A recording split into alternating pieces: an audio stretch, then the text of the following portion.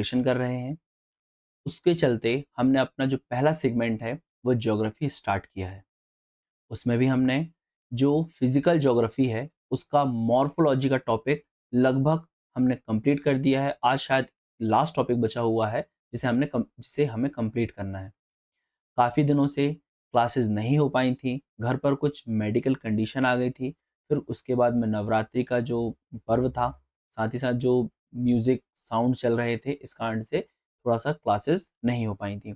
लेकिन अब सारी चीज़ें सेटल डाउन हो गई हैं, तो हमें प्रॉपर डेली बेसिस पे जैसी हमारी क्लासेस आती थी, तो वो अब रेगुलर रहेंगी। आप हमारे साथ में बने रहिए। तो चलो, हम अपना टॉपिक स्टार्ट करते हैं। तो जो हमारा जो टॉपिक है आज का, लास्ट टॉपिक है मॉर्फोलॉजी का, उच्चावच।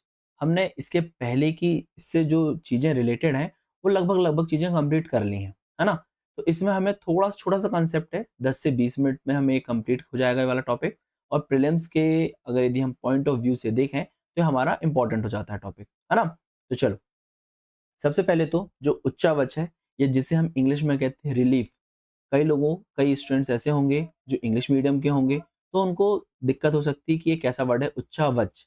लेकिन जैसा इसका हिंदी में नाम है, उसी से आप इसको बहुत ईज़िली समझ सकते हैं। जो हम अंडरस्टैंडिंग की बात कर रहे हैं ना, वो आप ईज़िली इसके इंग्लिश के नाम से समझ सकते हो, हिंदी के नाम से समझ सकते हो। इंग्लिश में इसे कहते हैं रिलीफ, है ना? और आप इसको हिंदी में जानते हैं, पेन चेंज कर लेता हूँ, व्हाइट इसमें अच्छा लगेगा, है ना? उच्चावच। अब इसका अगर यदि मैं आपको अर्थ समझाऊँ, तो समझना क्या बोल रहा है? ध्यान से समझिए। हम कह रहे हैं उच्चावच, है ना? उच्चावच कह रहे हैं, मतलब कि इसमें वैसे हमें दिखाई दे रही है कि कुछ ऊँचाई से रिलेटेड साउंड कर रहा है ना? हाइट से रिलेटेड कुछ साउंड हमें इसमें आ रहा है पहले से ही, है ना? तो इसका अर्थ ही होता है कि हमारी ये जो पृथ्वी है, हमारी ये जो अर्थ है, इस पर हमको डिफरेंट हाइट पर, है ना? डिफरेंट टाइप की जो स्ट्रक्चर्स हमें दिखाई देते हैं, तो उन स्ट्रक्चर्स के जैसे अगर यदि मैं आपको यहाँ लिख के दूँ कि पृथ्वी या अर्थ के धरातल पर विभिन्न ऊँचाइयों विभिन्न ऊँचाइयों विभिन्न उच एक सेकेंड विभिन्न ऊंचाइयों वाली क्या है? स्थला इस स्थलाकृतियां हैं। ये स्थलाकृतियां, समझिएगा, विभिन्न ऊंचाई की तो हैं ही, है ना? इसी के साथ में विभिन्न डेंसिटी या विभिन्न घनत्व की हैं, विभिन्न विस्तार वाली हैं, और साथ ही साथ इनके द्वारा जो पृथ्वी का जो सरफेस है, उस पर जो बल लगाया जा रहा है, जो प्रेशर लगाया जा रहा है, वो भी अलग-अलग है। मतलब कि लगाया जाने वाला क्या बल भी अलग-अलग है। ये आप मानते हैं कि नहीं? कि भाई हम अर्थ में देखते हैं कि विभिन्न ऊंचाइयां हैं, विभिन्न डेंसिटी वाली स्थलाकृतियां हैं, स्ट्रक्चर्स दिखते हैं हमको, विभिन्न विस्तार वाली, और उनके द्वारा जो प्रेशर लग रहा होगा वो भी डिफरेंट है ना? तो इन सभी में क्या हो जाती है, एक प्रकार से पर्याप्त पर्याप्त डिफरेंस या पर्याप्त भिन्नता हमको देखने मिलती है। इसके साथ ही इसके साथ ही ये जो भिन्नताएं हैं, ये जो उच्चावच हैं, ये क्या करती हैं कि भौतिक इन भिन्नताओं के चलते विभिन्न भौतिक या फिजिकल और जैविक क्या होते हैं? घटक प्रभावित होते हैं। आए समझ में? भाई कहीं पे पर्वत है, कहीं पठार है, कहीं पे मैदानी क्षेत्र देखने मिलता है हमको। तो भिन्न-भिन्न हो गई ना? इस तरीके की ये जो संरचना हमको देखने मिलती है, पठार हो गया, फिर यहाँ हमको मैदान दिख गया, फिर कहीं पर हमको इस तरीके से गड्ढे-नुमा सिंक्लाइन वाला रीजन देखने मिल जाएगा। तो इनके चलते ये विभिन्न प्रकार के भौतिक, फिजिकल और जैविक घटकों, जो आपके बायोलॉजिकल फैक्टर्स होते हैं, उनको क्या करती है? प्रभावित करती है, अफेक्ट करती है ना? तो आप समझ गए होंगे कि उच्चावच क्या है, क्लियर? अब हमें इसका देखना है कि ये उच्चावच का प्रकार या वर्गीकरण किस तरीके से है। तो जब हम उच्चावच या रिलीफ के जब हम क्या करते हैं, प्रकार, टाइप्स या क्लासिफिकेशन करते हैं, तो उसको हम 3 प्रकार से करते हैं। एक हमारा हो जाता है प्राथमिक, द्वितीयक और तृतीयक। प्राथमिक के अंतर्गत शामिल होते हैं हमारे महाद्वीप और महासागर। क्या हो जाते हैं? महाद्वीप और महासागर किसके अंतर्गत शामिल है? ये प्राइमरी रिलीफ के अंतर्गत शामिल हैं। दूसरे जो द्वितीयक है या सेकेंडरी है, इसके अंतर्गत शामिल हो जाते हैं हमारे पर्वत, पठार, मैदान इत्यादि। जो पर्वत, पठार, मैदान है, ये हमारे सेकेंडरी रिलीफ के अंतर्गत आते हैं, मतलब कि द्वितीयक उच्चावच के अंतर्गत शामिल होते हैं। प्रश्न इसी तरीके से बन जाता है कि पर्वत, पठार, मैदान, है ना, किस प्रकार के उच्चावच के अंतर्गत शामिल हैं? आपके पास ऑप्शन रहेगा प्राथमिक, द्वितीयक, तृतीयक, इनमें से कोई नहीं। तो आपको पता होना चाहिए कि पर्वत, पठार, मैदान द्वितीयक उच्चावच के अंतर्गत शामिल होते हैं। इसके बाद जो बाकी दूसरी चीजें बची अब हमें जो दिखाई देती हैं हमारे अर्थ के सरफेस पर, जैसे कि हमारी नदी हो गई, नदी घाटी हो गई, है ना, तालाब हो गए, झीलें हो गई, है ना। तो ये जो सारी चीजें बची, ये सारी हमारी हो जाती हैं तृतीयक या टर्शरी रिलीफ के अंतर्गत शामिल।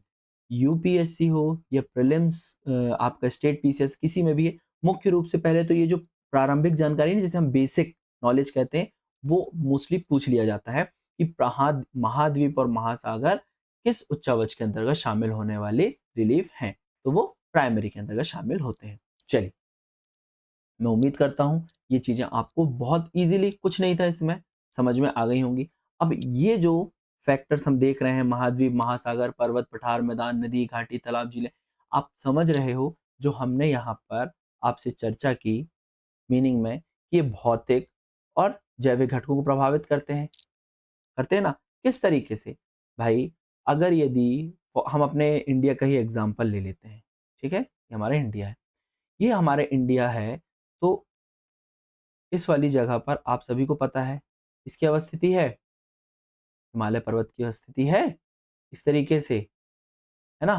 तो ये क्या कर रहा है भौतिक रूप से, मतलब कि यहाँ से आने वाली जो हवाएं होती हैं, है ना, आने वाली जो हवाएं हैं, ठंडी हवाएं, साइबेरियन की ठंडी हवाएं, वो उससे बचाता हमको।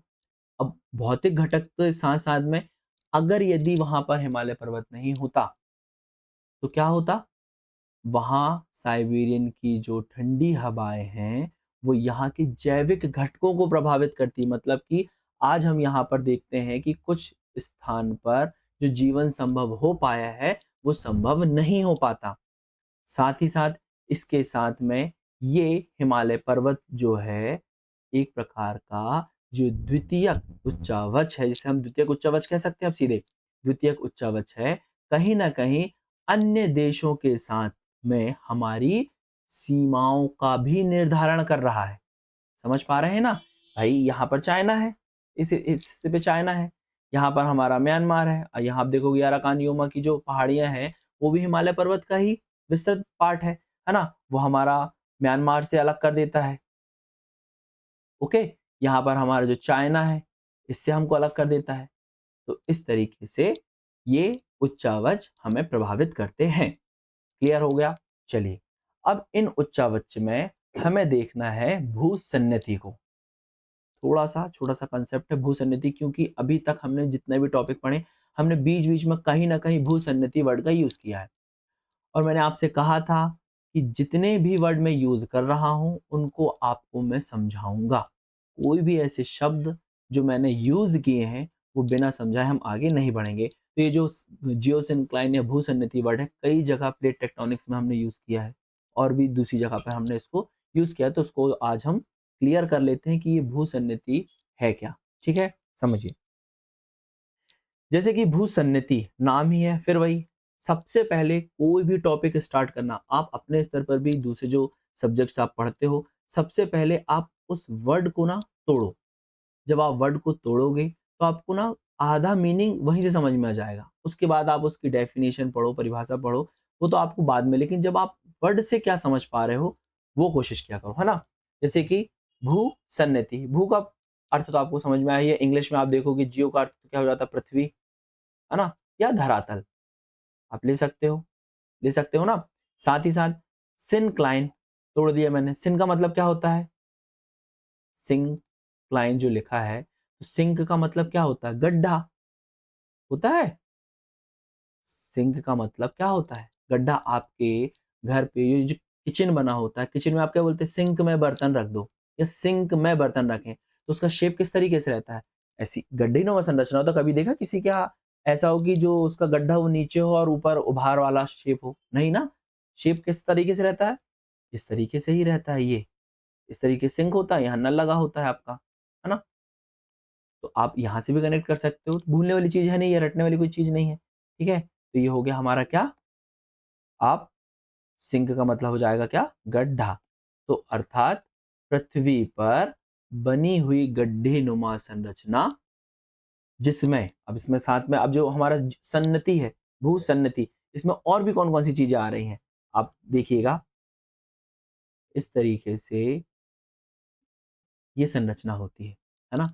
अब जो भू सन्नति होती है उसमें यहाँ पर कुछ आपको जल मिलेगा, छिछला जल मिलेगा, है ना? ये इस साइड भी आपका लैंड रहेगी, स्थल रहेगा, इस साइड भी आपका स्थल रहेगा। उसके बीच में यहाँ आपको छिछला छिछला जल, साथ ही साथ कुछ अवसाद, है ना? डिपोजिशन कुछ मिलेगा आपको यहाँ पर, अवसाद, है ना?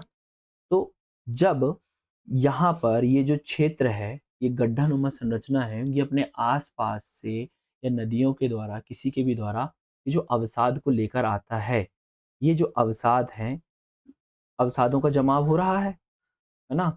यहाँ पर अवसादों का जमाव हुआ। कंसेप्ट समझना।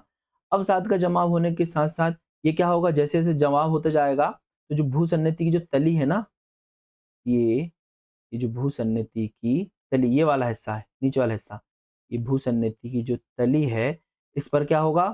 दबाव बढ़ता जाएगा। क्लियर है? समझ में आ रहा है ना भाई? यहाँ वहां से कहीं से कोई भी अवसाद आ रहा है, डिपोजिशंस आ रहे हैं, तो वो वहां पर भरते जा रहे हैं, जिसके चलते उस इस जगह पर क्या पड़ रहा है? प्रेशर पड़ रहा है। तो प्रेशर पड़ने के साथ साथ इसमें क्या हो रहा है? इसका धसाव भी हो रहा है, धसाव में वृद्धि हो रही है। लेकिन एक समय ऐसा आता है कि ये जो धसाव है ना, ये धसाव होते होते एक सीमा के बाद रुक जाता है, और जो अवसाद है, जो जमना, जो नीचे की ओर जम रहे थे, अब वो धीरे धीरे क्या हो रहा है? ऊपर की ओर आते जाते हैं। अवसाद आपने किसी भी चीज में देखी होगी, किसी भी चीज में आप कुछ भी चीज यहाँ भरने की कोशिश करो, एक समय तक आप क्या करोगे? उसमें प्रेशर डालकर उसको अंदर तक भरने की कोशिश करोगे। ये मोस्टली आपने पता कहाँ किया होगा? जब आप गेहूं पिसवाने जाते हैं ना, तो जब आटे को आप भरते हैं, इसी तरीके से एक समय तक तो ये नीचे की ओर जितना उसको जगह होगी वो भर जाएगा, प्रेशर झेल लेगा। लेकिन जब उसकी लिमिट कंप्लीट हो जाएगी, तो ये अवसाद क्या होगा? ऊपर की ओर आने लगेंगे, आ जाएंगे, और इस तरीके से ये यहाँ ऊपर तक आ जाते हैं। क्लियर है ना? आपको अपने जो रियल लाइफ है उससे भी कनेक्ट करके चीजों को देखते जाना है। अब ये धसाव आपका क्या हुआ? बढ़ने के बाद में कुछ समय बाद, समय उपरांत क्या हुआ? ये जो धसाव है ये रुक जाएगा, और इसकी जो गहराई है उसमें क्या आएगी? कमी आने लगेगी। क्लियर हुआ ना? तो जब भी आप टॉपिक पढ़ो, दिमाग में इमेज कर लेना कि हाँ, सर ने कुछ बताया था कि जब हम गेहूं पिसवाने जाते हैं तो किस तरीके से गेहूं भरते हैं, और फिर वो ऊपर की ओर भर जाता है ना? क्लियर है यहाँ तक? तो इन सभी चीजों के चलते अब यहाँ पर लाए किसके द्वारा जा रहा है अवसाद? नदियों के द्वारा, नदियों के द्वारा, पवनों के प्लस पवनों के द्वारा, और कुछ जैविक घटकों के द्वारा, जैविक घटकों के द्वारा। तो अब अगर यदि कंसेप्ट तो समझ लिया, अब इसको हमें परिभाषा के रूप में लिखना है, तो हम क्या कह सकते हैं कि भूसन्नति एक लंबी, सक्रिय और छिछले जलीय भाग वाली होती है, जिसमें निरंतर जिसमें निरंतर अवसादों का जिसमें निरंतर, स्क्रीन पर देखिए आप, जिसमें निरंतर अवसादों अथवा तलछटों का जो निक्षेप होता रहता है, अवसादों का जमाव या निक्षेप इसमें होता रहता है, जहां तलछटों के तलछटों के निक्षेप के परिणाम स्वरूप भूसन्निधि भूसन्निधि पर दबाव निरंतर बढ़ता है, दबाव निरंतर बढ़ता है, जिससे इसकी तली में जो धसाव होता है वो भी बढ़ने लगता है, जिसके चलते एक समय उपरांत ये जो तली का धसाव है वह रुक जाता है और गहराई में कमी आती है। क्लियर? ये हो गया हमारा भूसन्निधि। अब ये जो भूसन्निधि है, यही हमारे दूसरे कंसेप्ट से रिलेट हो जाती है। मैं इसे रब कर रहा हूँ, उम्मीद करता हूँ आपने बना लिया होगा साथ में ही, है ना?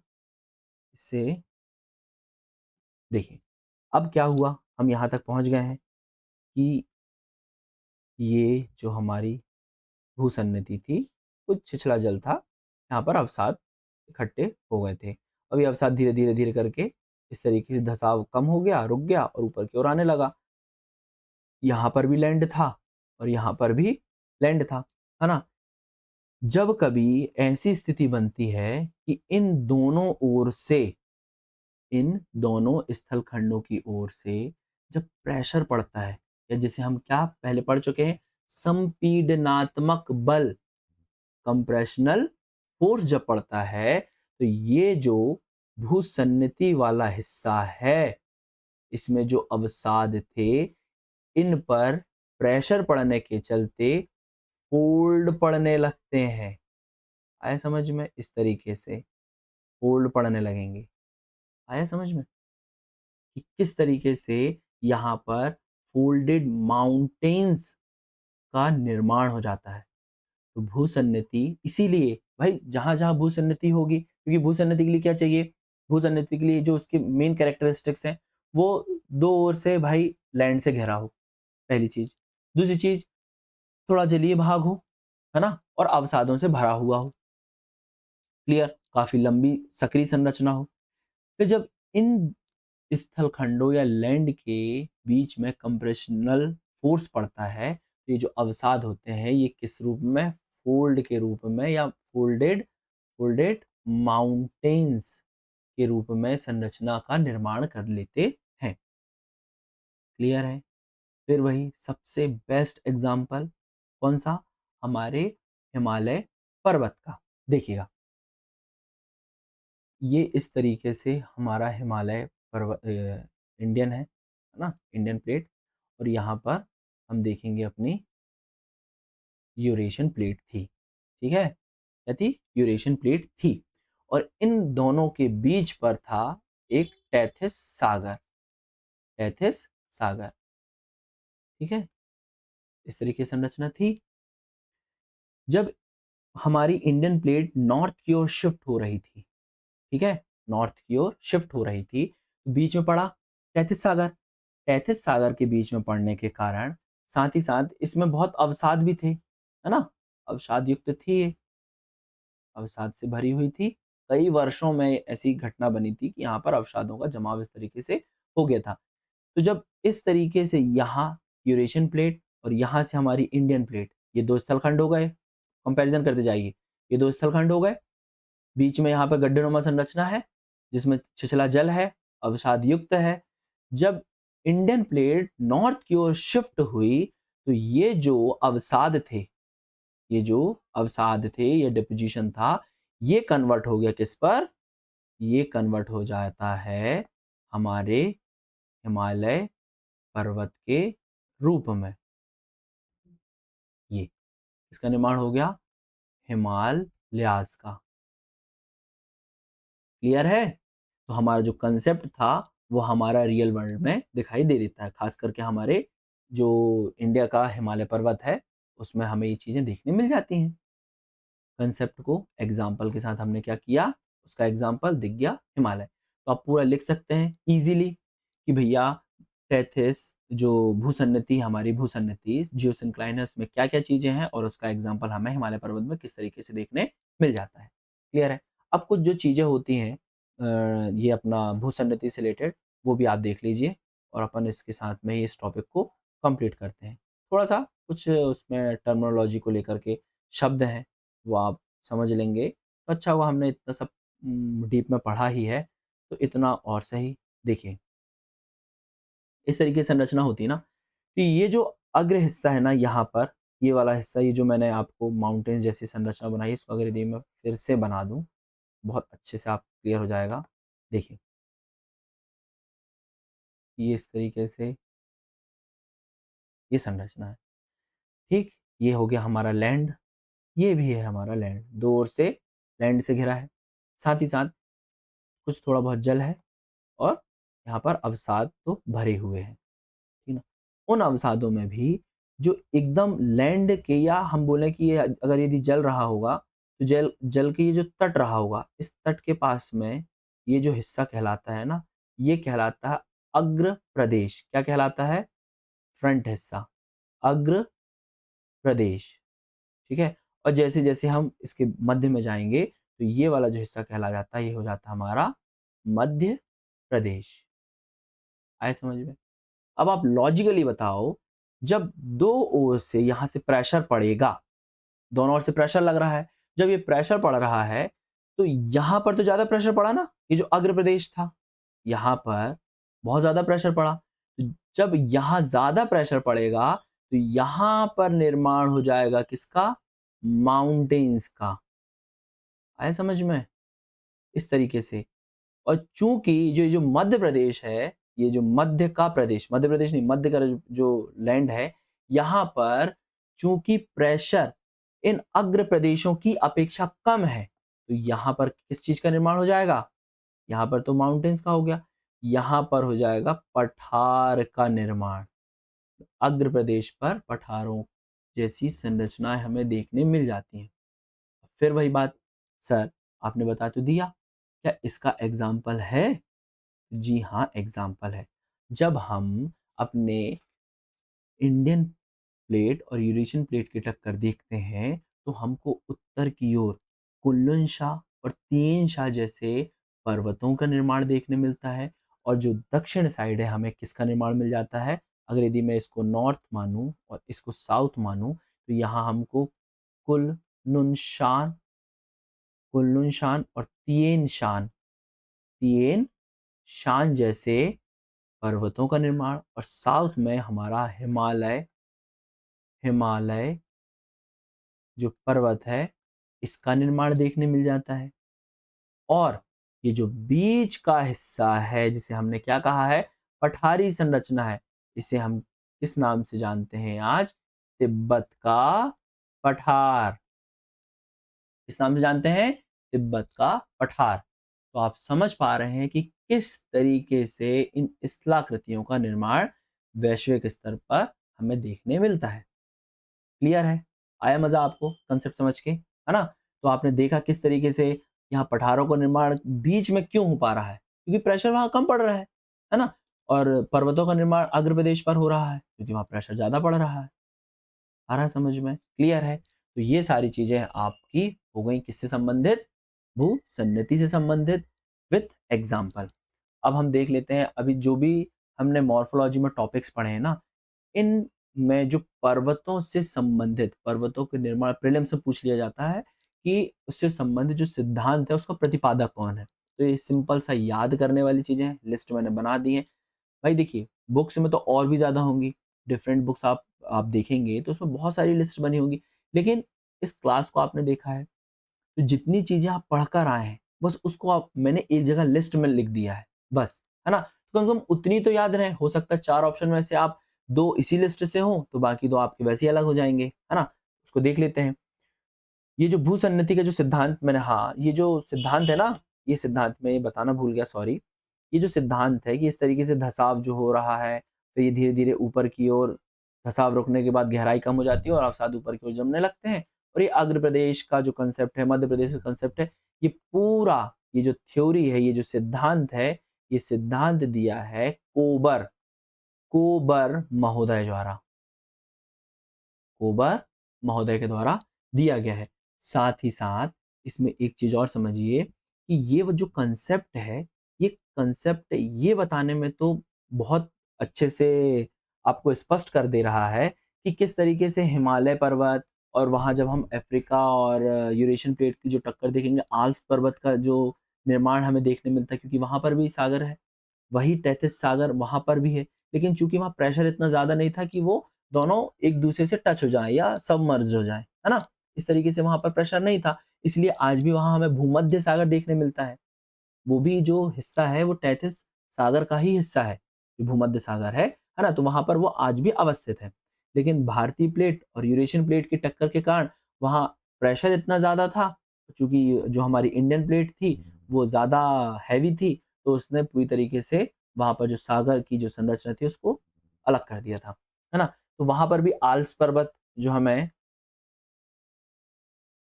जो यूरेशियन प्लेट में आल्प्स पर्वत और एटलस पर्वत यहाँ देखने के लिए मिल जाते हैं ना, यहाँ पर हमें देखने मिलते हैं। तो ये भी एक प्रकार से ये जो सिद्धांत है कोबर महोदय का जो सिद्धांत है वो सैटिस्फाई करता है। लेकिन ये जो सिद्धांत है, जब इस सिद्धांत को हम इसमें उत्तरी अमेरिका और दक्षिणी अमेरिका में अप्लाई करने की कोशिश करते हैं कि यहाँ पर श्रृंखला बनी है उत्तर से दक्षिण की ओर, इस तरीके से ये रॉकीज पर्वत की और एंडीज पर्वत की, वो जो कोबर महोदय का सिद्धांत है वो इसको प्रूफ करने में क्या हो जाता है, असमर्थ हो जाता है। लेकिन चूंकि ये जो सिद्धांत है कहीं ना कहीं पे तो अप्लाई हो रहा है, व्यवहारिक है और आसान है, इसलिए हमें इसे जानना जरूरी था। ठीक है, तो ये चीजें हो गई। अगर यदि कभी ऐसा हो कि आप इसको व्याख्या करते हुए इसकी आलोचना भी कीजिए, तो आलोचना के पॉइंट्स भी मैंने आपको बता दिए कि हमारा जो उत्तरी अमेरिका और दक्षिण अमेरिका में जो एंडीज पर्वत और रॉकीज पर्वत हैं, उसको व्याख्यात करने में ये सक्षम नहीं होता है। चलिए, तो अब हम कुछ-कुछ जो टॉपिक हैं पर्वतों से संबंधित जो सिद्धांत है उसके जो प्रतिपादक है उनको याद करने के लिए, बस भूसन्नति का सिद्धांत किसने दिया है? कोबर महोदय। भाई सिंपल सा याद करने में क्या, गड्ढा है या अवसाद जमा हो रहे हैं, है ना? जैसे गोबर, भाई गोबर, है ना? जो गोबर है, वो आप कहीं न कहीं एक जगह डालते जाते हो, तो गोबर, कोबर, तो जो इनका प्रतिपादक था कोबर है, सिंपल। तापीय संकुचन का सिद्धांत किसके द्वारा दिया गया है? जेफ्रीज के द्वारा दिया गया है। तापीय संकुचन का मतलब कि जब इस तरीके से पर्वतों का निर्माण है ना, इनमें क्या हो रहा होता है, कॉन्ट्रैक्शन और एक्सपांशन हो रहा होता है, कॉन्ट्रैक्शन और एक्सपांशन हो रहा होता है। तो वही तापीय संकुचन सिद्धांत कहलाता है ना? तो ये किसके द्वारा दिया गया है? जेफरीज के द्वारा दिया गया है। महाद्वीपीय फिसलन सिद्धांत, ये किसके द्वारा दिया गया है? डेली, फिसलन, डेली।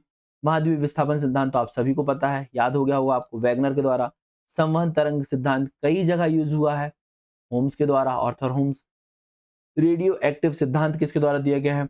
जॉली के द्वारा। और प्लेट विवर्तनी की जो सिद्धांत है, मैंने बताया था कि बहुत बड़ा सिद्धांत है, जिसे Harry Hayes, Mackenzie, Parker, Morgan इत्यादि के द्वारा सम्मिलित रूप से दिया गया है। तो ये हो गया आपका पूरी तरीके से मॉर्फोलॉजी कंप्लीट।